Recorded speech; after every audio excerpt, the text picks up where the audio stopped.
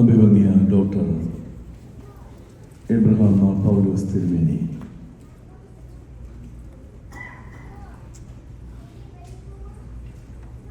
ഭദ്രാസന സെക്രട്ടറി ബഹുമാനപ്പെട്ട George Abraham അച്ഛൻ,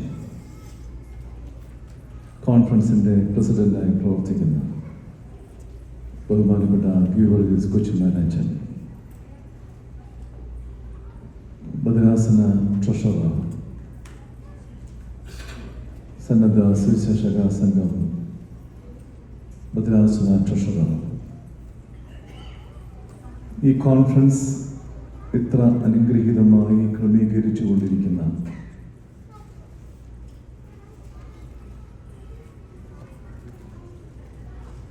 കമ്മിറ്റി അംഗങ്ങൾ, അതിന് നേതൃത്വം കൊടുത്തുകൊണ്ടിരിക്കുന്ന പ്രിയ രാജേഷ് മാത്യു, നമ്മളോടൊപ്പം ഇവിടെ ആയിരിക്കുന്ന ബഹുമാനപ്പെട്ട VT യേശുദാസൻ അച്ഛൻ, വന്യ വൈദിക ശ്രേഷ്ഠ, അനുഗ്രഹീതമായ ഗാന ശുശ്രൂഷയ്ക്ക് നേതൃത്വം കൊടുക്കുന്ന ഗായക സംഘാംഗങ്ങൾ, ഇന്ന് ഈ കോൺഫറൻസിൽ സംബന്ധിക്കുന്ന പ്രിയ വിശ്വാസ സമൂഹമേ, നിങ്ങൾക്ക് ക്രിസ്തുയേശുവിൽ എൻ്റെ സ്നേഹാവന്ദനം.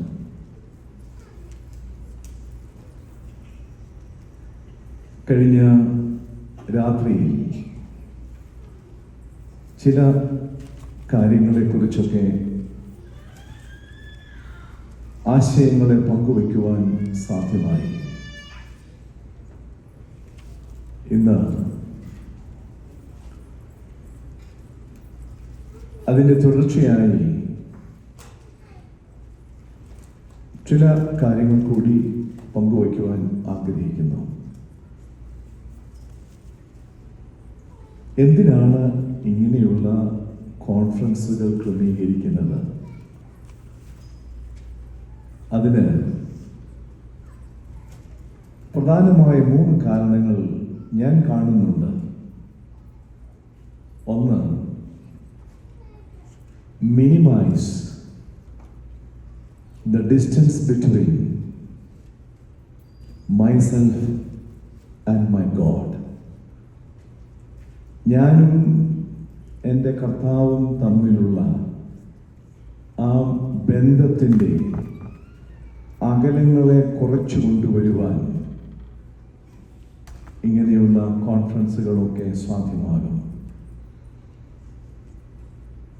രണ്ടാമത്, minimise the distance between myself and the evils of the world. ഞാനും ലോകത്തിൻ്റെ പൈശാചിക ശക്തികളും തമ്മിലുള്ള ആ ബന്ധം, അതൊന്ന് കുറച്ചു കൊണ്ടുവരുവാൻ കഴിയും. മൂന്നാമത്, minimise the distance between myself and my brother and brothers and sisters. എൻ്റെ സഹോദരന്മാരും സഹോദരിമാരും തമ്മിലുള്ള ആ അകലം, അതൊന്ന് കുറച്ചു കൊണ്ടുവരുവാൻ സാധിക്കും. അതായത് വേറൊരു വാക്കിൽ പറഞ്ഞാൽ, ഈ കോൺഫറൻസിലൂടെ സാധ്യമാകുന്നത് maximize my relationship with the Almighty God. രണ്ട്, maximize my relationship with the goodness of the world. മൂന്ന്, maximize my relationship with one another. ഇത് മൂന്നും നമ്മുടെ കോൺഫറൻസുകളിലൂടെയൊക്കെ ഒരു വിധത്തിൽ അല്ലെങ്കിൽ മറ്റൊരു വിധത്തിൽ സംഭവിക്കുന്നുണ്ട്. അതുകൊണ്ട് ഞാൻ ദൈവത്തിന് സ്തോത്രം ചെയ്യുന്നു. ഇന്ന് പ്രഭാതത്തിൽ ബഹുമാനപ്പെട്ട ഡോക്ടർ പ്രകാശ് കെ ജോർജ് അച്ഛൻ നല്ല രീതിയിൽ മോശയുടെ ആ ജീവിതത്തെ അടിസ്ഥാനപ്പെടുത്തിക്കൊണ്ട് നല്ല രീതിയിൽ നമ്മളെ ആ ഒരു സമർപ്പണത്തിൻ്റെ അനുഭവത്തിലേക്ക് കൊണ്ടുവന്നു.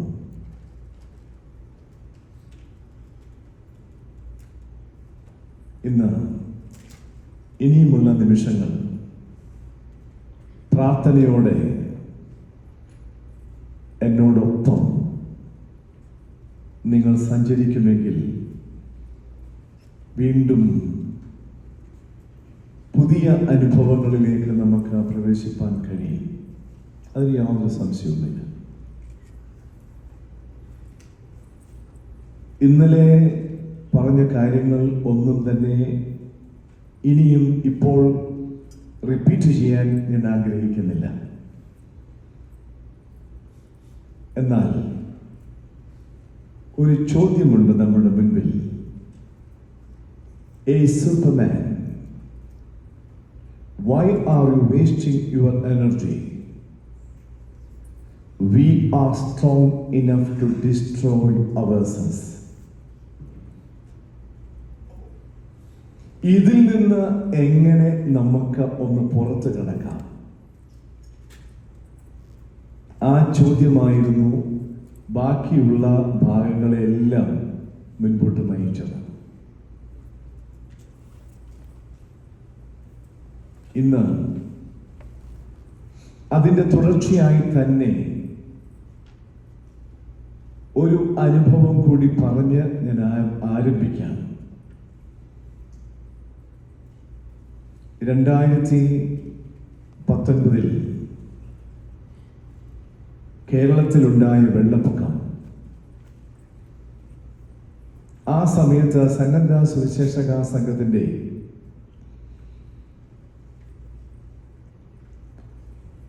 ഈ വെള്ളപ്പൊക്കത്തിൽ അതിൻ്റെ കെടുതികളിൽ പെട്ടുപോയവരെ സഹായിക്കുന്നതിന് വേണ്ടി ഒരു പ്രൊജക്റ്റ് തയ്യാറാക്കി ആ പ്രവർത്തനങ്ങളിലേക്ക് ഏർപ്പെട്ടു. അന്ന് ഡൽഹിയിലാണ് ഞാൻ. അപ്പോൾ ഡൽഹിയിൽ നിന്നും ഫ്ലൈറ്റിൽ കൊച്ചിയിൽ വന്ന് തിരുവല്ലയിൽ വന്ന് ആ പോകേണ്ട സ്ഥാനങ്ങളിലൊക്കെ പോകുക, അതായിരുന്നു ലക്ഷ്യം. അന്ന് ഞാൻ പ്രവേശിച്ച ആ ഫ്ലൈറ്റിൽ ഏകദേശം 80% ആളുകൾ യുവാക്കളാണ്.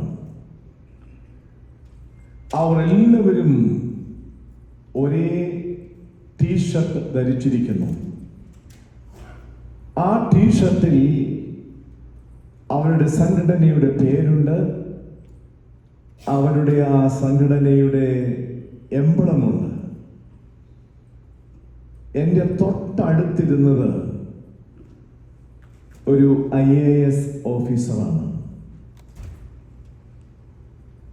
അദ്ദേഹം ഞാനുമായി സംഭാഷണത്തിലായി. അപ്പോൾ ഞാൻ അദ്ദേഹത്തോട് ചോദിച്ചു, അദ്ദേഹവും ഈ ടീഷർട്ട് ധരിച്ചിട്ടുണ്ട്. ഞാൻ അദ്ദേഹത്തോട് ചോദിച്ചു, നിങ്ങൾ എവിടെ പോകുന്നു? കൊച്ചിയിലാണ് ഡയറക്ഷൻ. കൊച്ചിയിൽ നിന്ന് എങ്ങോട്ടാണ്? അപ്പോൾ അവർ പറഞ്ഞു, വെള്ളപ്പൊക്ക ദുരിതാശ്വാസ പ്രവർത്തനങ്ങളിൽ ഏർപ്പെടാൻ പോവുകയാണ്. അപ്പോൾ നിങ്ങളുടെ സംഘടനയുടെ പേര് ഗൽസ എന്നാണല്ലോ. എന്താണ് ഇതിൻ്റെ അർത്ഥം?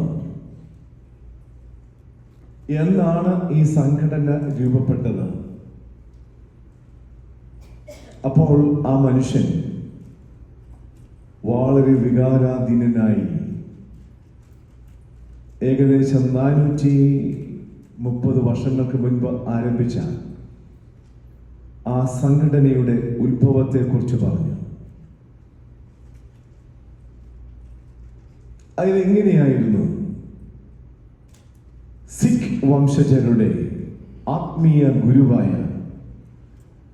ഗുരു ഗോവിന്ദ് സിംഗ് ലോകത്തിൻ്റെ എല്ലാ ഭാഗത്തുമുള്ള സിഖ് വംശജർക്ക് ഒരു ആഹ്വാനം നൽകുന്നു. എല്ലാവരും അനന്തപൂർ സാഹിബ് എന്ന മൈതാനിയിൽ ഒരുമിച്ച് കൂടണം. നമ്മൾ ഒരു പുതിയ ആത്മീയ സംഘടന രൂപീകരിക്കുവാൻ പോകുന്നു.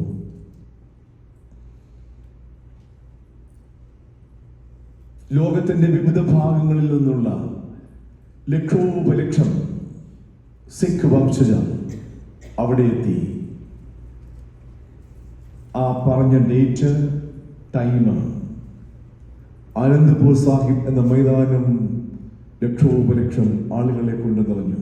സിഖ് വംശജർ ഉന്നത വിദ്യാഭ്യാസമുള്ളവരുണ്ട്, ഉന്നത സ്ഥാനങ്ങളിൽ പ്രവർത്തിക്കുന്നവരുണ്ട്, ലോകത്തിന്റെ വിവിധ ഭാഗങ്ങളിൽ പ്രവർത്തിക്കുന്നവരുണ്ട്. എല്ലാവരും ഗുരു ഗോവിന്ദ് സിംഗ് എന്ന ആത്മീയ ആചാര്യന്റെ ഹൃദ്യമായ സന്ദേശം കേട്ടു. ഏറ്റവും ഒടുവിൽ അദ്ദേഹം തന്റെ അരയിൽ സൂക്ഷിച്ചിരുന്ന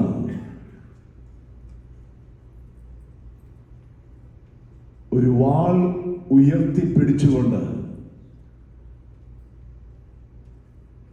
കൂടി വന്ന ലക്ഷോപലക്ഷം സിഖ് വംശജരോട് ഇപ്രകാരം ഒരാഹ്വാനം ചെയ്തു: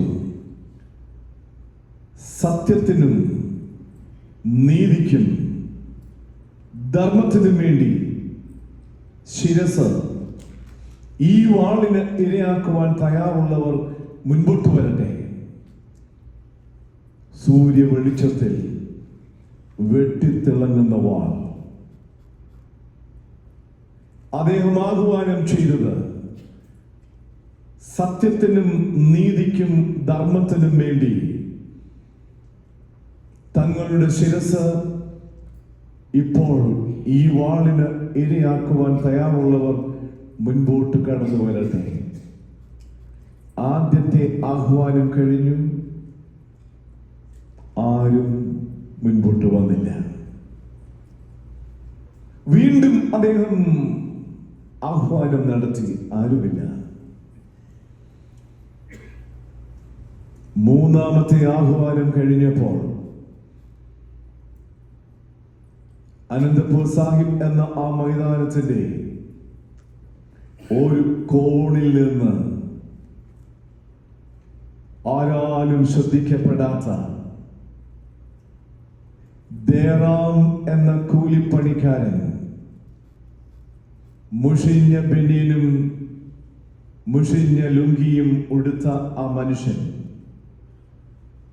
അദ്ദേഹം താൻ ഇരുന്ന സ്ഥലത്ത് നിന്ന് എഴുന്നേറ്റ് ഗുരു ഗോവിന്ദ് സിംഗ് നിൽക്കുന്ന ആ സ്റ്റേജിലേക്ക് നടന്നെടുത്തു. വിദ്യാഭ്യാസമില്ല, സാമൂഹ്യ പശ്ചാത്തലങ്ങളൊന്നുമില്ല. ലാഹോറിൽ നിന്നും വന്ന ദേറാം എന്ന കൂലിപ്പണിക്കാരൻ, നല്ല ഡ്രസ് പോലുമല്ല, മുഷിഞ്ഞ ബനിയൻ, ചെളിപുരണ്ട ലുങ്കി. അദ്ദേഹം ആ സ്റ്റേജിലേക്ക് നടന്നെടുത്തപ്പോൾ ആ കൂടി നിന്ന അവിടെ ഇരുന്ന ആ ജനം മുഴുവൻ ശ്വാസമടക്കി പിടിച്ചു. കാരണം നിമിഷ നേരം കൊണ്ട് ഇവന്റെ ശിരസ് ഈ വാളിന് ഇരയാകും. അദ്ദേഹം സ്റ്റേജിലേക്ക് കയറി. ഉയർത്തിപ്പിടിച്ച വാളുമായി ഗുരു ഗോവിന്ദ് സിംഗ് നിൽക്കുകയാണ്. ആ ചെളിപുരണ്ട ബനിയനുമായി കൂലിപ്പണിക്കാരനായ ദേറാം അദ്ദേഹത്തെ തന്റെ മാറോട് ചേർത്തു. ഉയർത്തിപ്പിടിച്ച് ആ വാളുമായി ആ സ്റ്റേജിന്റെ പുറകിലേക്ക് പോയി. കൂടിയ ആ ജനം മുഴുവൻ കരയുവാൻ തുടങ്ങി. വീണ്ടും അദ്ദേഹം ഈ സ്റ്റേജിലേക്ക് മടങ്ങി വന്നു. ഈ ഉയർത്തിപ്പിടിച്ച വാളുമായി വീണ്ടും ആഹ്വാനം ചെയ്തു. അപ്പോൾ മറ്റു 4 പേർ കൂടി ആ സ്റ്റേജിലേക്ക് കടന്നു. അവരെയും അദ്ദേഹം മാറോട് ചേർത്ത് ആ സ്റ്റേജിന്റെ പുറകിലേക്ക് കൊണ്ടുപോയി.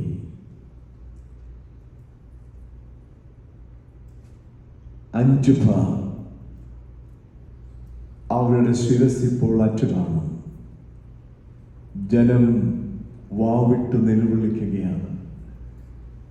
ആനന്ദപൂർ സാഹിബ് എന്ന മൈതാനം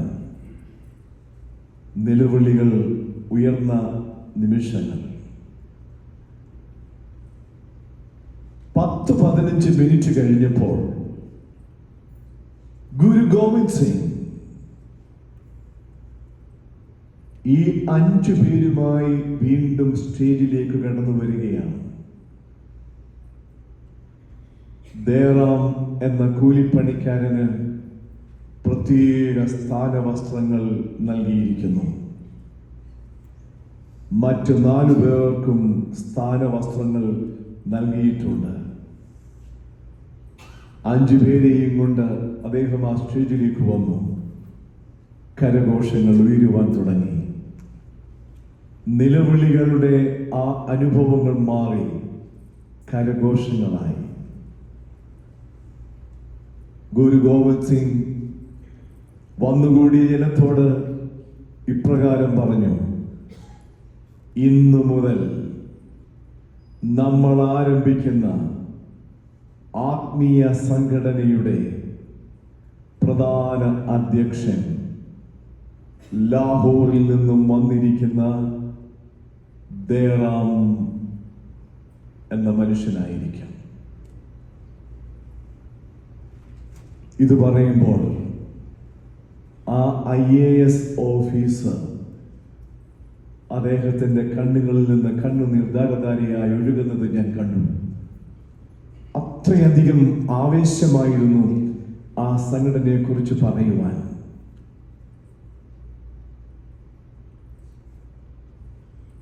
എന്തുകൊണ്ടാണ് വിദ്യാഭ്യാസമില്ലാത്ത, സാമാന്യ വസ്ത്രം പോലും ധരിക്കുവാൻ കഴിയാത്ത കൂലിപ്പണിക്കാരനായ ആ ദേറാം എന്ന മനുഷ്യനെ സിഖ് വംശജരുടെ ആത്മീയ സംഘടനയായ ഖൽസായുടെ പ്രധാന അധ്യക്ഷനാക്കി തീർത്തു? ഗുരു ഗോവിന്ദ് സിംഗ് ജനങ്ങളോട് പറഞ്ഞത്, സത്യത്തിനും നീതിക്കും ധർമ്മത്തിനും വേണ്ടി ആര് ശിരസ് ഈ വാളിന് ഇരയാക്കുവാൻ തയ്യാറുണ്ടോ അവർ മുൻപോട്ട് വരട്ടെ എന്നാണ്. ഇത് തന്നെയാണ് കർത്താവ് സംവത്സരങ്ങൾക്ക് മുൻപേ പറഞ്ഞു വെച്ചത്. ഒരു ഗോതമ്പ് മണി നിലത്ത് വീണ് ചാകുന്നില്ല എങ്കിൽ അത് തനിയെ ഇരിക്കും. ചത്തു എങ്കിലും അത് ധാരാളം ഫലം കൊടുക്കും.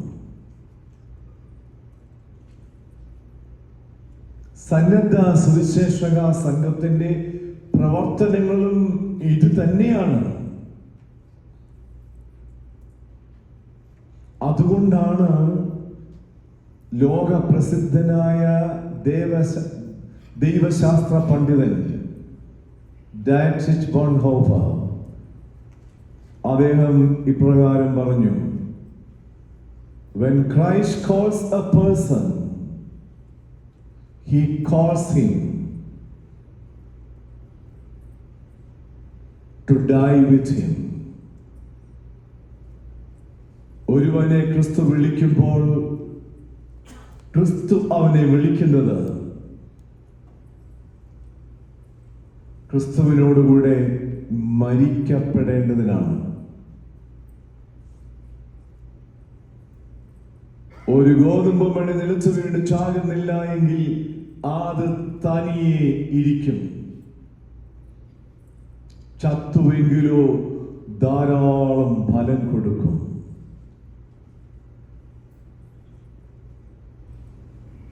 പ്രിയ ദൈവജനമേ,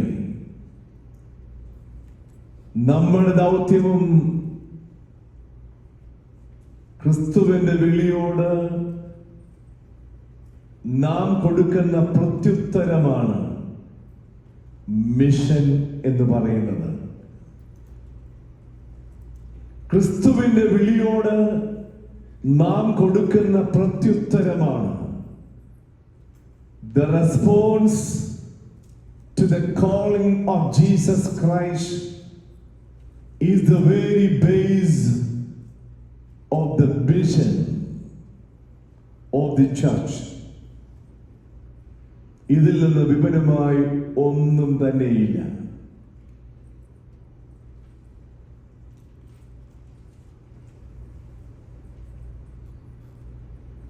പത്രോസ് അപ്പോസ്തലൻ ലേഖനം എഴുതിയപ്പോൾ ഒന്നാം ലേഖനം 1 പത്രോസ് 2-ാം അധ്യായം അതിന്റെ 9-10 വാക്യങ്ങൾ ഒന്ന് വായിച്ചാൽ നന്നായിരുന്നു. നിങ്ങളോ അന്ധകാരത്തിൽ നിന്നും തന്റെ അത്ഭുത പ്രകാശത്തിലേക്ക് നിങ്ങളെ വിളിച്ചവന്റെ സൽഗുണങ്ങളെ ഘോഷിപ്പാൻ തക്കവണ്ണം തിരഞ്ഞെടുക്കപ്പെട്ട ഒരു ജാതിയും രാജകീയ പുരോഹിത വർഗവും വിശുദ്ധ വംശവും സ്വന്ത ജനവും ആകുന്നു. മുൻപേ നിങ്ങൾ ജനമല്ലാത്തവർ, ഇപ്പോഴോ നിങ്ങൾ ദൈവത്തിന്റെ ജനം. കരുണ ലഭിക്കാത്തവർ, ഇപ്പോഴോ ദൈവത്തിന്റെ കരുണ ലഭിച്ചവർ. എന്താണ് the calling?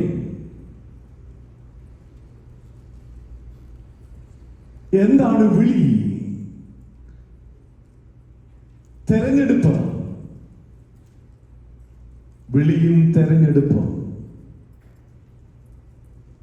ഞാൻ പറയും, നമ്മളെ ഓരോരുത്തരെയും സർവശക്തനായ ദൈവം വിളിച്ച് തെരഞ്ഞെടുത്ത് വേർതിരിച്ചത് കൊണ്ടാണ് ഇന്ന് ഈ അമേരിക്കയുടെ പ്രദേശങ്ങളിൽ നമുക്കായിരിക്കാൻ സാധ്യമാകുന്നത്. ഈ ഒരു സെൻസ് ഓഫ് ബിലോങ്ങിങ്നെസ്. ഞാൻ അതാ പറഞ്ഞത്, minimise the distance between myself and Christ. ഞാനും കർത്താവും തമ്മിലുള്ള അകലം കുറയ്ക്കണം. Minimize the distance between myself and the evils of the world. ഈ ലോകത്തിന്റെ പൈശാചിക ശക്തികളുമായുള്ള എന്റെ ബന്ധം, അതിൽ കുറവുണ്ടാകണം. Minimize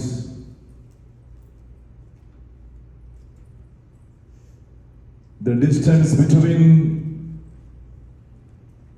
myself and my brothers. ഇവിടെയാണ് നമ്മുടെ ഈ മിഷന്റെ പ്രധാന അനുഭവങ്ങൾ നിൽക്കുന്നത്. നിങ്ങളോ അന്ധകാരത്തിൽ നിന്നും നിങ്ങളെ വിളിച്ചവന്റെ സദ്ഗുണങ്ങളെ ഘോഷിപ്പാൻ തക്കവണ്ണം തിരഞ്ഞെടുക്കപ്പെട്ട ജാതിയും രാജകീയ പുരോഹിത വർഗവും വിശുദ്ധ ജനവും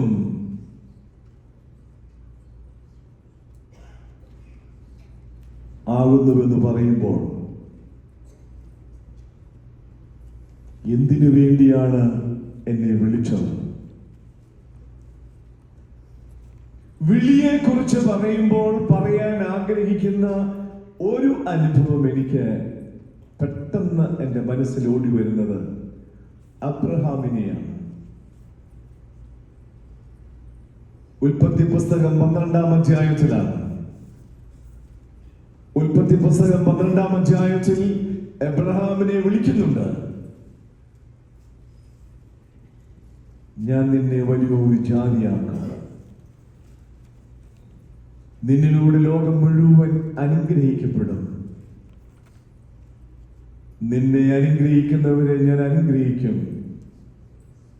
നിന്നെ ശപിക്കുന്നവരെ ഞാൻ ശപിക്കും, നീ ലോകത്തിന് മുഴുവൻ ഒരനുഗ്രഹമായി തീരും.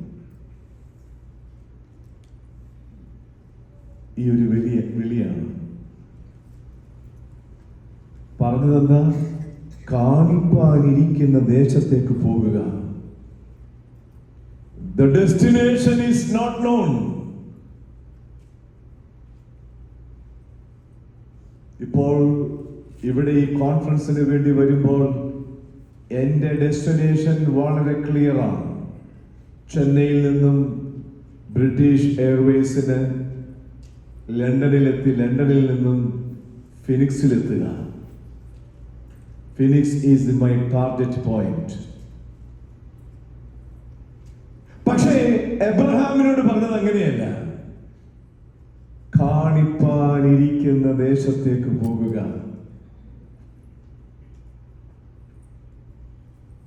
The destination is not known. Even though the destination is not known, Abraham started his journey with his wife Sarah, and he was at the age of 75, and Sarah was at the age of 65.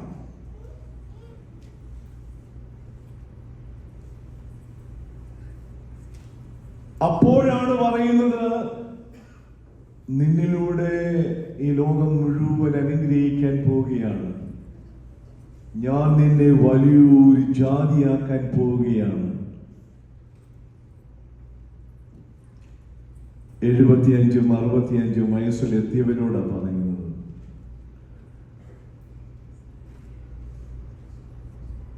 പക്ഷേ Abraham, he started his journey even though the destination is not known.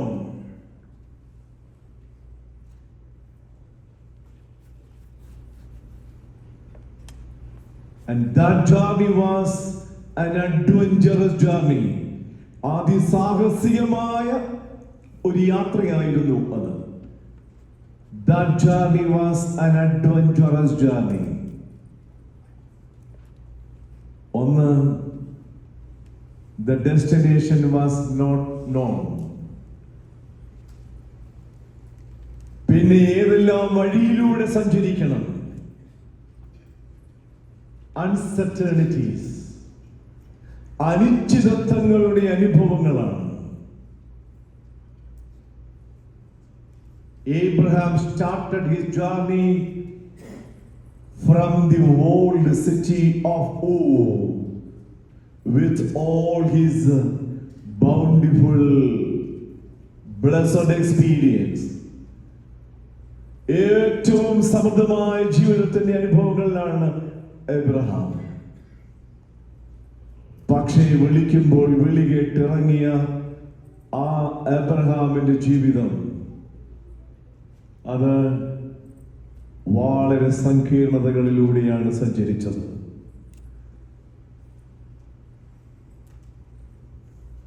And it was a journey from familiar places to the unfamiliar places. From certainty to uncertainty. From the fellowship to the lonely living. Even on that journey, Abraham felt very, very insecure. He was very secure in the city, walled city of Wu. But listening to the call of Almighty God, he started an adventurous journey. And that journey was from secure living places to the insecure living places. On that journey, he felt insecure. So he asked his own wife Sarah, "Don't tell anybody that you are my wife. Tell that you are my sister." നീ സുന്ദരിയാണ്. ഈ യാത്രയിൽ നിന്നെ കാണുന്നവർ എന്നെ കൊല്ലും. നിന്നെ അവർ എടുക്കും. എന്ത് പരിതാപകരമായ അനുഭവമാണ്. And he felt insecure. അതൊക്കെ സംഭവിച്ചില്ലേ? അതും സംഭവിച്ചു ആ യാത്രയിൽ. 12-ാമത്തെ അധ്യായത്തിൽ തന്നെ അത് കൊടുത്തിട്ടുണ്ട്. ഉൽപ്പത്തി പുസ്തകം 12-ാം അധ്യായത്തിൽ തന്നെയാണ് രേഖപ്പെടുത്തിയിരിക്കുന്നത്. നിന്റെ ചാർച്ചക്കാരെയും നിന്റെ പിതൃഭവനത്തെയും വിട്ടുപോകണം.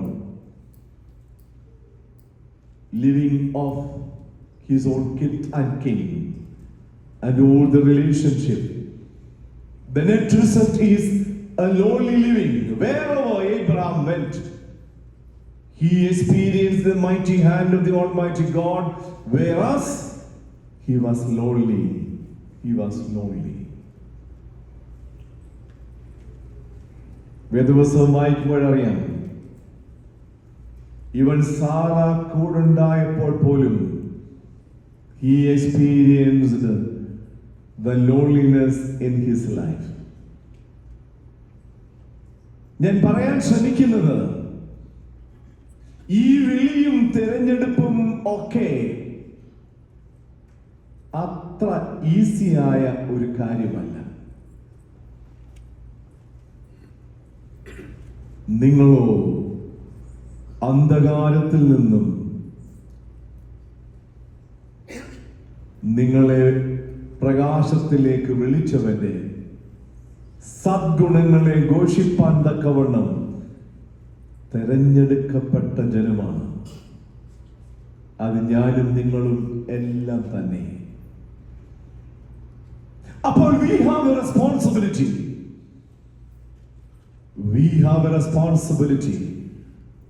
A responsibility of creating a counterculture.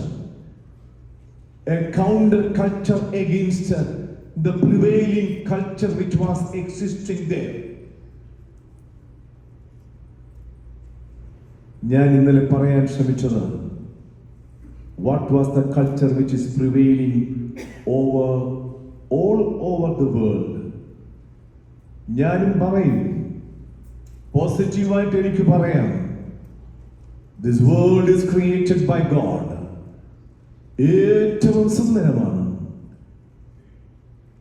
പക്ഷേ ഇതിനെ മലിനമാക്കിയിരിക്കുന്നു. അന്ധകാരത്തിന്റെ അനുഭവങ്ങളിലേക്ക് the powers of darkness is creeping into the minds of the people. In the family, in the Idavaga, in the diocese, overall the church, the powers of darkness is creeping. വിളിച്ചവന്റെ അന്ധകാരത്തിൽ നിന്ന് നിങ്ങളെ വിളിച്ചവന്റെ സദ്ഗുണങ്ങളെ ഘോഷിപ്പാൻ തക്കവണ്ണമാണ് ആ വിളിയുടെ അനുഭവം. Create a counter culture against the culture of darkness, that the culture of light, that is the counter culture. പ്രകാശത്തിന്റെ മക്കളായി നാം ജീവിക്കണം. This is the calling. എന്താ പ്രകാശത്തിന്റെ സ്വഭാവം? കർത്താവ് പറഞ്ഞത് ഇങ്ങനെയാണ്: I am the light of the world. Whoever walketh with me will be in light. ഞാൻ ലോകത്തിന്റെ വെളിച്ചമാണ്. ആരൊക്കെ എന്നോട് കൂടെ നടക്കുന്നുവോ അവരൊക്കെ വെളിച്ചത്തിന്റെ മക്കളാകും. എന്താ വെളിച്ചത്തിന്റെ സ്വഭാവം? What are the characteristics of light? It removes darkness. Jesus is the one who came to this world to remove the darkness of the world. ഇന്നത്തെ പോലെ തന്നെ ക്രിസ്തു ഈ ലോകത്തിലേക്ക് വന്ന നാളിലും അന്ധകാരത്തിന്റെ അനുഭവങ്ങൾ ഉണ്ടായിരുന്നു.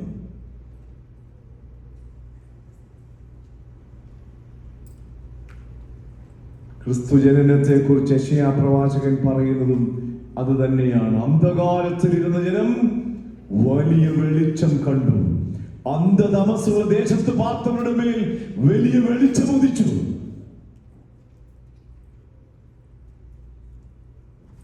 And in all the ministry of Jesus, he was trying to remove the darkness from the personal level, society level, and as a whole from the universal level. ഇതാണ് ഒരുവൻ ക്രിസ്തുവിന്റെ വിളി കേട്ടിറങ്ങുമ്പോൾ ഉണ്ടാകുന്ന അനുഭവം. Removing darkness. And the other quality of the light, പറയാമോ? The light rays will always travel in straight lines. Jesus is the one who walked always in straight line, in the path of truth, in the path of righteousness, in the path of love, in the path of mercy, in the path of kindness. Even Satan tempted him to move from the walk straight.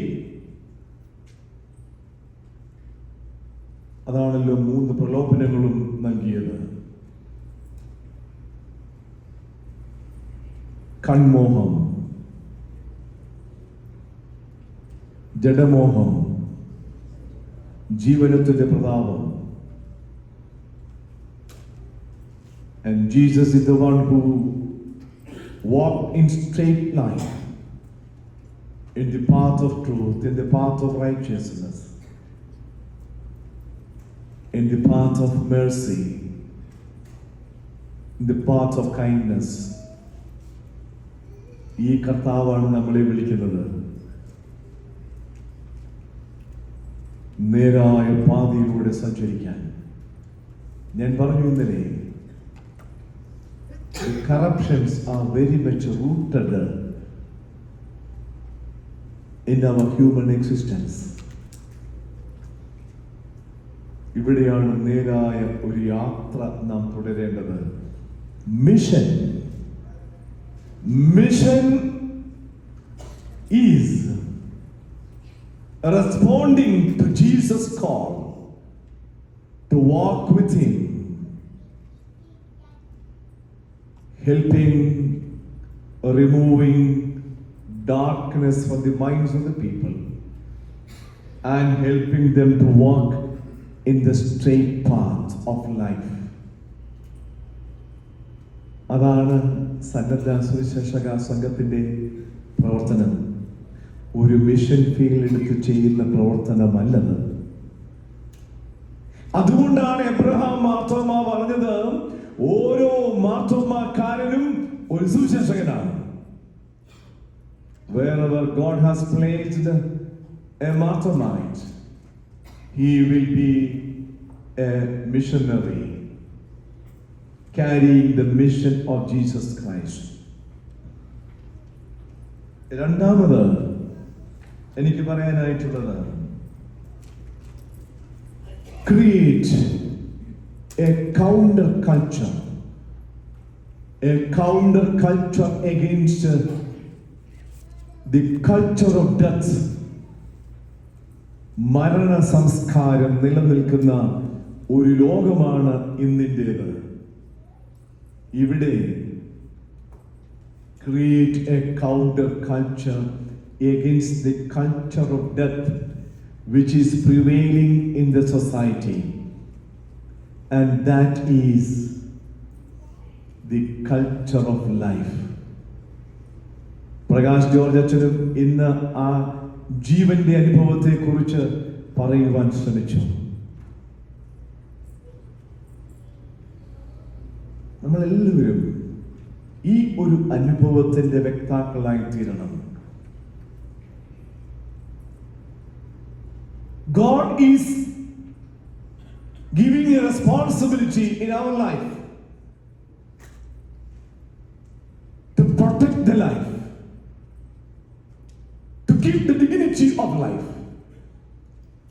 and respect the life.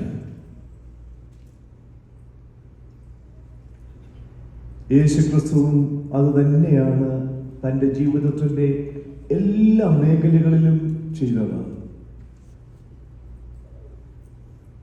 അതിൽ സുന്ദരമായ ഒരു ഭാഗമാണ് ലൂക്കോസ് എഴുതിയ സുവിശേഷം 15-ാം അധ്യായം.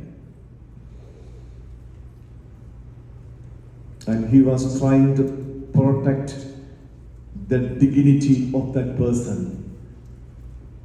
Jesus was respecting the personhood of that person. കുട്ടിക്കാലം മുതൽ നമ്മൾ കേൾക്കുന്ന ഒരു അനുഭവമാണല്ലോ അത്.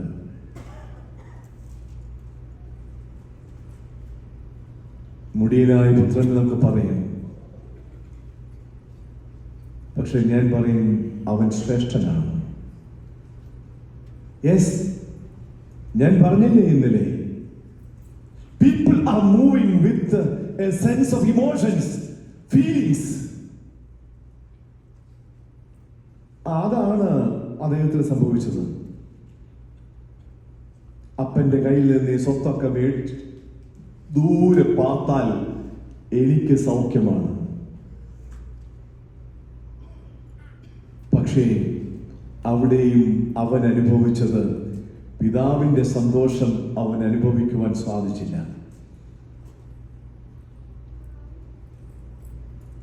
അവിടെയാണ് അവൻ വന്നു ചേരുന്ന ഒരു ദുർഘടസന്ധി. പന്നിക്ക് കൊടുക്കുന്ന ഭക്ഷണം പോലും കഴിപ്പാൻ ആഗ്രഹിച്ചിട്ട് അതുപോലും അവന് ലഭിച്ചില്ല. There he came back to his senses. His sense. ഞാൻ പറഞ്ഞു, if the life is directed by the emotions, feelings, then that will be dangerous. ഇവനും അത് തന്നെ സംഭവിച്ചു. പക്ഷേ he came back to his sense. അവൻ പറഞ്ഞു, എൻ്റെ പിതാവിന്റെ ഭവനത്തിൽ എത്രയോ ആളുകൾ ഭക്ഷണം കഴിച്ചിട്ട് ബാക്കി വയ്ക്കുന്നു, ഞാനോ ഇവിടെ ഒന്നും ലഭ്യമല്ലാതെ കഴിയുന്നു. തിരിച്ചു പോകാം, എന്നിട്ട് എൻ്റെ പിതാവിനോട് പറയാം, പിതാവേ, നിന്നോടും സ്വർഗത്തോടും ഞാൻ പാപം ചെയ്തിരിക്കുന്നു. നിന്റെ മകനെന്ന് വിളിപ്പാൻ ഞാൻ യോഗ്യനല്ല. നിന്റെ ജോലിക്കാരിൽ വേലക്കാരിൽ ഒരുത്തനെ പോലെ എന്നെ കൈക്കൊള്ളണം. And this was the decision. ഈ തീരുമാനവുമായിട്ടാണ് ആ മകൻ സ്വന്തം വീട്ടിലേക്ക് യാത്ര തിരിക്കുന്നത്. പക്ഷേ പിതാവ് ദൂരത്ത് നിന്ന് കണ്ടു, ഓടിച്ചെന്നു, അവനെ ആലിംഗനം ചെയ്തു, അവന്റെ മുഖത്തുമ്മ കൊടുത്തു.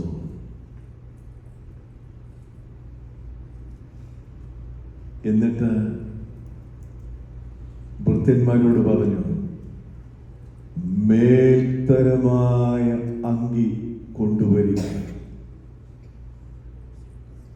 അവന്റെ കയ്യിൽ മോതിരം അണിയിക്കുക, അവന്റെ കാലിൽ പുതിയ ചെരുപ്പിടുക.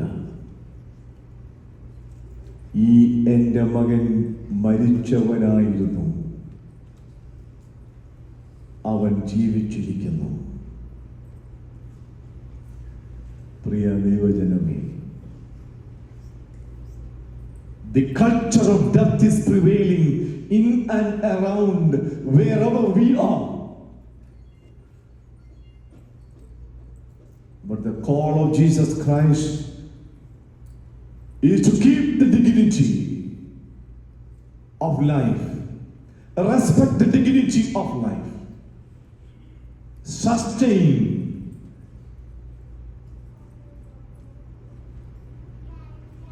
the life. ഇതാണ് നമ്മൾക്ക് ചെയ്യാൻ പറ്റുന്ന മിഷൻ പ്രവർത്തനം.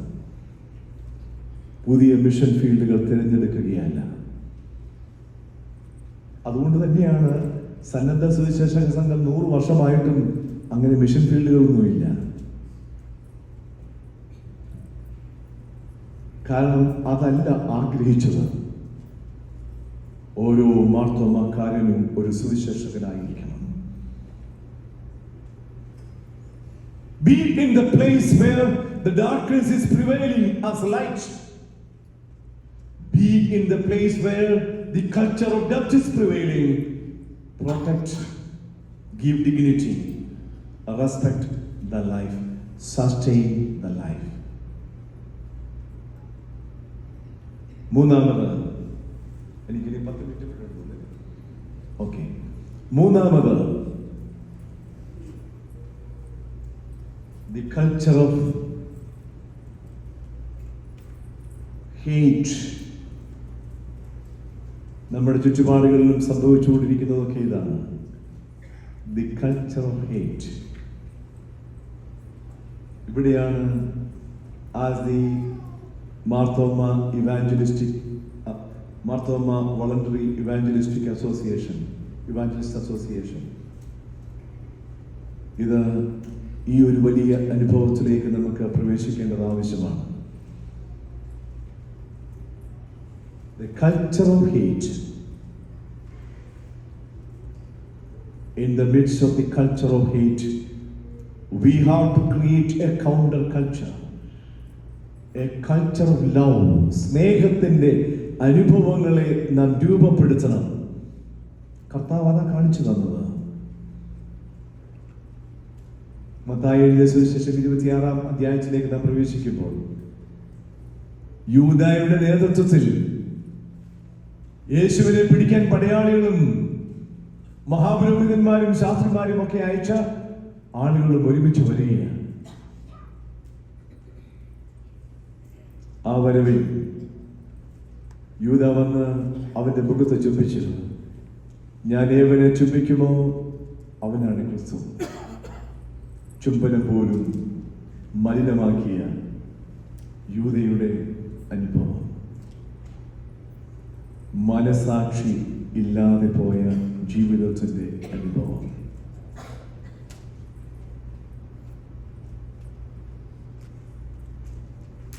യേശുവിനെ പിടിച്ചു പടയാളികൾ. അപ്പോൾ ഒരു ശിഷ്യൻ വാളുറയിൽ നിന്നെടുത്ത്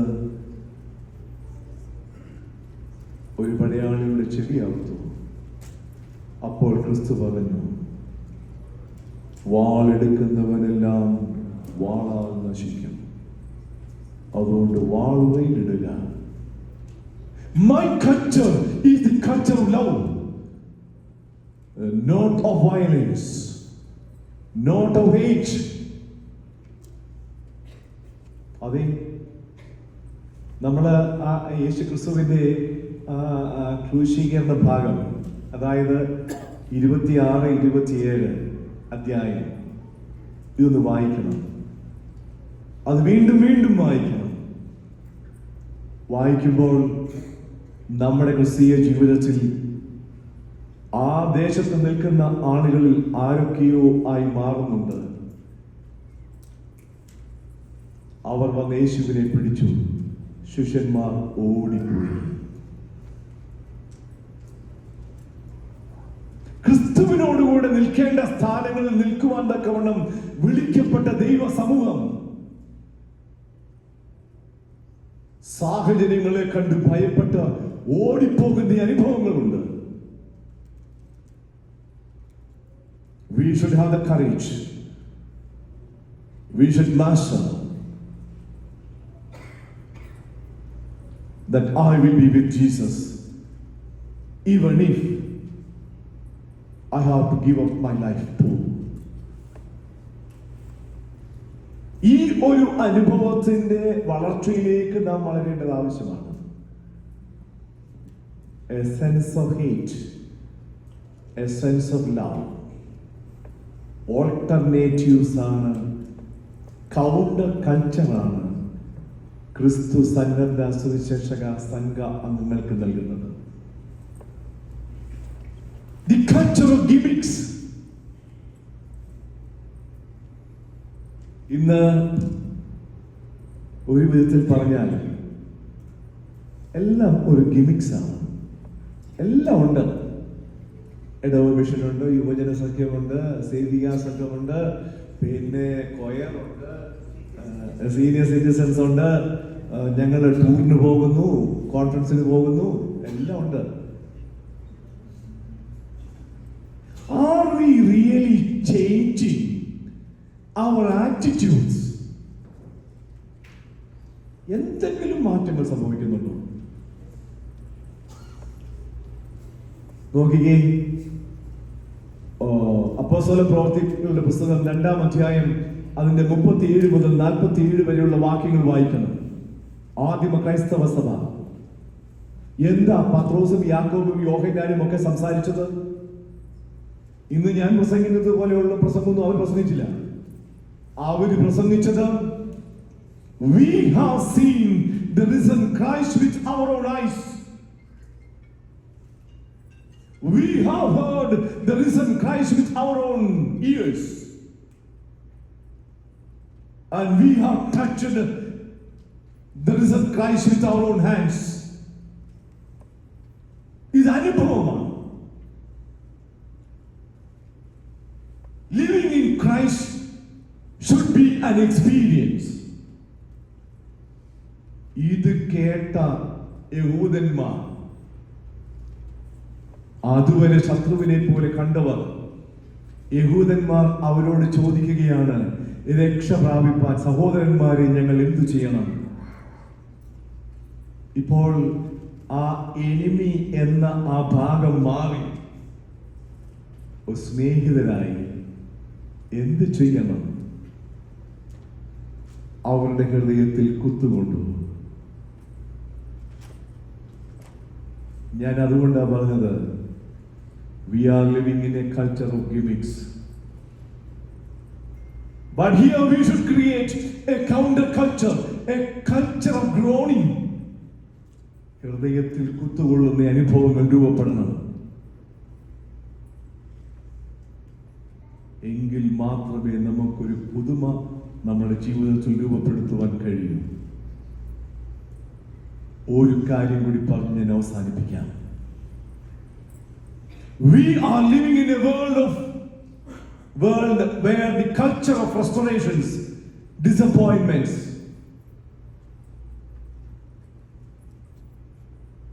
ഇതൊക്കെയില്ലേ? ആകാംക്ഷകളും ആകുലതകളും വ്യാധികളും ഒക്കെ നമുക്കില്ലേ? We are living in a world of frustrations, disappointments. നിങ്ങൾ യോഹന്നാൻ എഴുതിയ സുവിശേഷം 20-ാം അധ്യായം വായിക്കണം. അവിടെ വായിക്കുമ്പോൾ 2 ഭാഗമായിട്ട് അത് കൊടുത്തിട്ടുണ്ട്, 3 ഭാഗമായി കൊടുത്തിട്ടുണ്ട്. അതിൽ ആദ്യത്തെ 2 ഭാഗം ഒന്ന് ശ്രദ്ധയിൽ കൊണ്ടുവരാൻ ശ്രമിക്കുകയാണ്. അവിടെ 1-ാമത്തെ ഭാഗത്ത് നിൽക്കുന്നത് മഗ്ദലന മറിയയാണ്. യേശുവിനെ ഉയർത്തെഴുന്നേറ്റ യേശുവിനെ കണ്ടു. ആ യേശു പറഞ്ഞു അവളോട്, ശിഷ്യന്മാരുടെ അടുത്ത് പോയി പറയണം, ഞാൻ ഉയർത്തെഴുന്നേറ്റിരിക്കുന്നു, നിങ്ങൾക്ക് മുൻപേ ഗലീലയിൽ അവിടെ എത്തും. അവൾ പോയി കാര്യമൊക്കെ പറഞ്ഞു. ശിഷ്യന്മാരും വന്നു എല്ലാം കണ്ടു, ഒഴിഞ്ഞ കല്ലറയും കണ്ടു. പക്ഷേ പിന്നീട് സംഭവിച്ചത് എന്താ? 20-ാം അധ്യായം അതിന്റെ 19, 20, 21 വാക്യങ്ങൾ, അതോരോ വാക്കും നിർത്തി വായിക്കണം. അവിടെ എന്താ എഴുതിയിരിക്കുന്നത്? ആഴ്ചവട്ടത്തിന്റെ 1-ാം നാൾ. വായിച്ചു. ആഴ്ചവട്ടത്തിന്റെ 1-ാം നാൾ ആയ ദിവസം നേരം വൈകിയപ്പോൾ ശിഷ്യന്മാർ ഇരുന്ന സ്ഥലത്ത് യഹൂദന്മാരെ പേടിച്ച് വാതിലടച്ചിരിക്കെ യേശു വന്നു നടുവിൽ നിന്നുകൊണ്ട് നിങ്ങൾക്ക് സമാധാനം എന്ന് പറഞ്ഞു.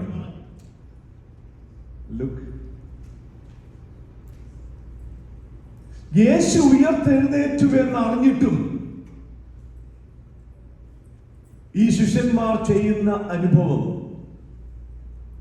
ആഴ്ചവട്ടത്തിന്റെ 1-ാം നാൾ നേരം വൈകിയപ്പോൾ, നേരം വൈകി എന്ന പദത്തിന് അതിന്റെ അർത്ഥമുണ്ട്. ഇപ്പോൾ അത് വ്യാഖ്യാനിക്കാൻ സമയമില്ല. നേരം വൈകി. 2, ശിഷ്യന്മാർ ഇരുന്ന സ്ഥലത്ത്. So far they were active with Jesus, but now they become inactive. ശിഷ്യന്മാർ ഇരുന്ന സ്ഥലം, അതും വ്യാഖ്യാനിക്കുമ്പോൾ അതിന്റെ മീനിങ് വേറെയാണ്. യഹൂദന്മാരെ പേടിച്ചു. So far they were courageous people because Jesus was with them. The presence of Jesus gave them the courage, the strength and power to move the obstacles. പക്ഷേ ഇപ്പോൾ യേശു കൂടെയില്ല. They become fearful. പേടിച്ചുപോയി. വാതിൽ അടച്ചു. No one else from outside have closed their door. They themselves have closed their door because of their frustrations, because of their anxiety, because of the fear, because of disappointments. ഞാൻ പറയാൻ ശ്രമിക്കുന്നത് ഇവിടെയാണ് a new culture, a culture of hope. പ്രത്യാശയുടെ അനുഭവങ്ങളാണ് അവിടെ കാണാൻ കഴിയുന്നത്. യോഹന്നാൻ എഴുതിയ സുവിശേഷം 14-ാം അധ്യായം അതിന്റെ 18-ഉം 19-ഉം വാക്യങ്ങൾ വായിക്കുമ്പോൾ അവിടെ എഴുതിയിരിക്കുന്നത് ഇങ്ങനെയാണ്: ഞാൻ നിങ്ങളെ അനാഥരായി വിടുകയില്ല. I will not leave you as orphans. Definitely I will come unto you. ഞാൻ നിങ്ങളുടെ അടുക്കലേക്ക് വരും.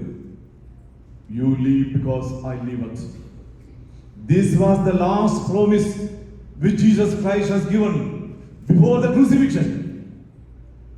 The one who said the promise is fulfilling at now. എന്താ അവിടെ എഴുതിയിരിക്കുന്നത്? യേശു വന്നു. Yes, Jesus is the only one who promised that I will come unto you and I will not leave you as orphans. He came there.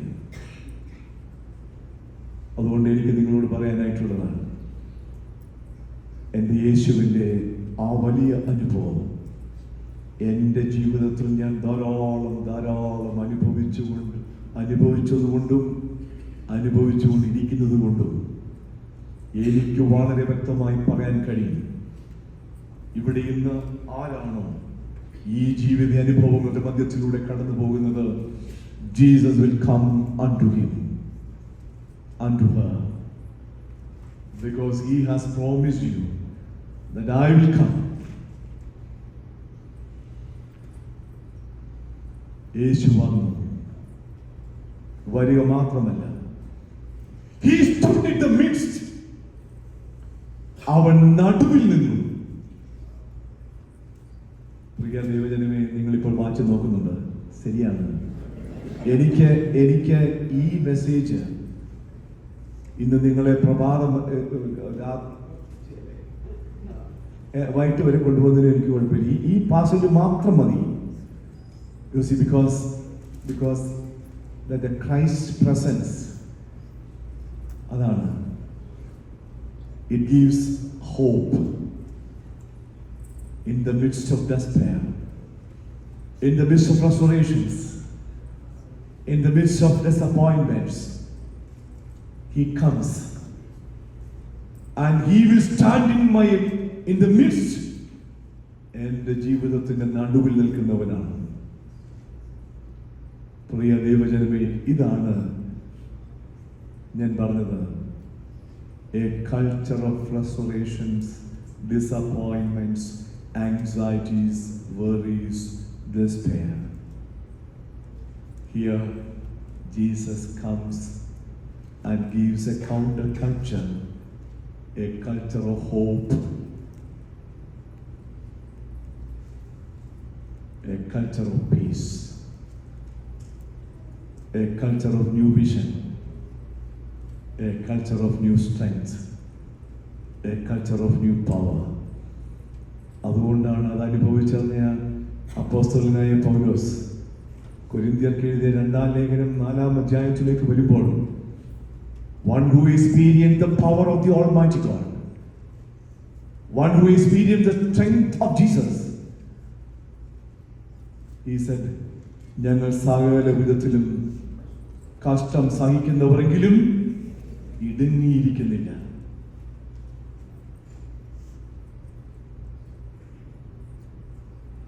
ഞങ്ങൾ വീണ് കിടക്കുന്നവരെങ്കിലും ഉപേക്ഷിക്കപ്പെടുന്നില്ല.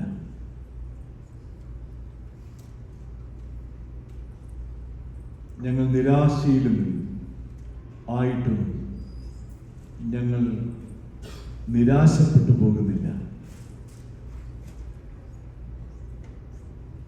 ഞങ്ങൾ ഉപേക്ഷിക്കപ്പെടുന്നില്ല. Jesus is there to give a new way. പ്രിയ ദൈവജനമേ, ഇതാണ് mission. Look unto the face of Jesus. Renew our strength. Travel with him. Create new counterculture with the values of Jesus. ഒരു നെൽമണി നിലത്ത് വീണ് ചാകുന്നില്ല എങ്കിൽ അത് തനിയെ ഇരിക്കും. ചത്തുവെങ്കിലോ ധാരാളം വിളവുണ്ടാകും. We are strong enough to destroy ourselves. A Superman, why are you wasting your energy?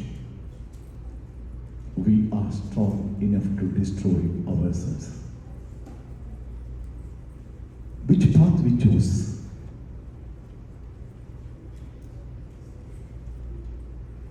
ഇവിടെയാണ് mission ആരംഭിക്കുന്നത്. എവിടെയൊക്കെ തിരുത്തണമോ അവിടെയൊക്കെ തിരുത്തുക. ദൈവിക സാന്നിധ്യം അനുഭവിക്കുക. ദൈവബലം അനുഭവിക്കുക. പ്രത്യാശയോടുകൂടി നമ്മുടെ ജീവിതത്തെ മുൻപോട്ട് നയിക്കുക. പ്രത്യേകിച്ച് പ്രകാരം ഈ അനുഗ്രഹീതമായ നിമിഷം നിങ്ങളോടൊപ്പം എനിക്ക് ലഭിച്ചതിൽ ഞാൻ ദൈവത്തിന് നന്ദി കരയറ്റുന്നു, സ്തോത്രം ചെയ്യുന്നു. നിങ്ങളുടെ പ്രാർത്ഥനകളിൽ എന്നെയും ഓർക്കണമേ എന്ന അപേക്ഷയോടെ എൻ്റെ വാക്കുകൾ നിർത്തുന്നു. സർവശക്തനായ ദൈവം നമ്മളെല്ലാവരെയും അനുഗ്രഹിക്കട്ടെ. Thank you very much.